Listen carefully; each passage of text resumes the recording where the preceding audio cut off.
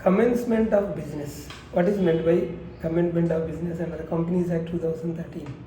Section 10A, commencement of business. It refers to the statutory confirmation that the company newly incorporated, the company has complied with basic post-incorporation compliance like primary receipt of subscription money and establishment of its registered office before it starts business operations or borrowing of funds.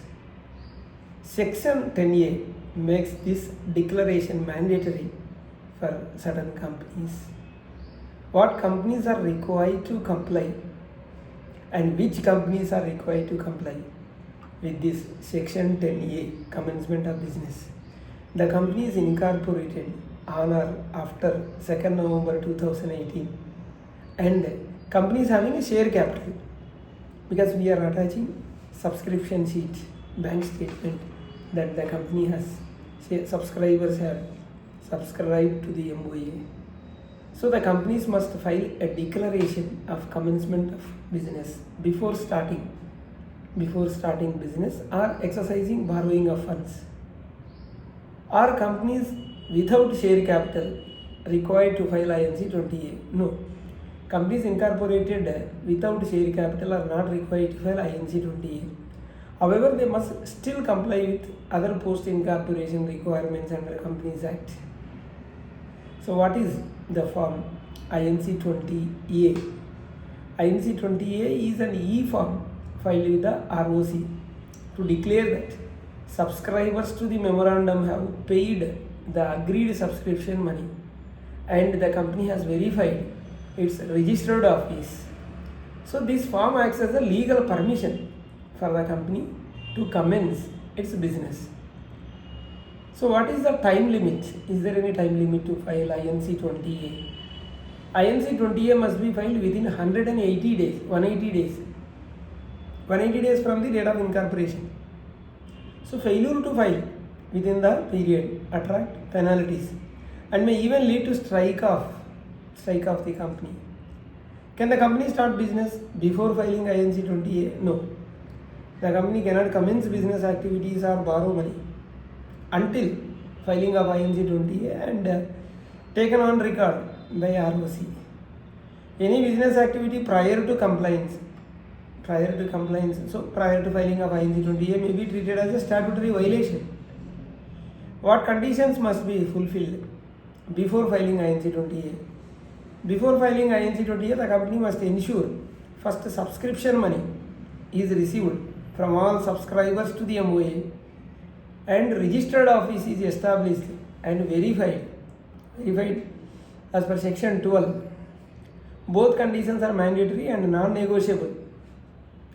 So is receipt of subscription money in cash is allowed. Though Act does not expressly prohibit cash, but receipt through banking channel is strongly recommended. Cash deposits often trigger scrutiny, clarification requests or objections from ROC or banks. So is board approval required for filing INC-20A? Yes, the board resolution is required to take a note of the receipt of subscription money and approving filing of INC-20A and authorize a director or a professional to sign and submit E-form. So board resolution is mandatory. So what documents are generally attached with INC-20A? Proof of receipt of subscription money, that is bank statement, and a declaration, board resolution authorizing filing, so board resolution, and sectoral approvals if applicable like RBI, SEBI, IRDA. This is only for applicable companies if it is related to this sectoral, otherwise not required. And as per Section 12, proof of registered office address. So is sectoral approval is mandatory for all companies? No. Sectoral approvals are required only if the company operates in that regulated sector, such as NBFC, insurance and securities market, intermediates or foreign investment linked activities, otherwise not required. Who can sign and file INC-20A? INC-20A can be digitally signed by a director of the company and certified by professional. And both the DSCs will be office. So what are the penalties for non-filing of INC-20A? Company is liable to pay a penalty of 50,000 rupees and every officer in default liable 1,000 per day subject to maximum 1 lakh. This is the penalty on the company and every officer in default. Can ROC strike up the company for non-compliance with this Section 10A? Answer is yes. ROC has a reason to believe that the company has not commenced its business within 180 days. Not commenced its business within 180 days. So it may initiate action for removal of the company's name from the register. So is a mandatory compliance. Does filing INC-20A mean MCA issues commencement certificate? No. MCA approves but does not issue any separate certificate for commencement of business. Successful filing and approval INC-20A itself proof for compliance, and company will receive a mail. Even certifying professional also receive a mail. Successfully filed. And what is the government fee for filing of INC-20A? It depends on the company category and capital and prescribed under the company's registration officers and fees rules 2014. And INC-20A is a one-time compliance. Yes, it is a one-time compliance. It is a one-time post incorporation. But this failure impact company's ability to legally operate.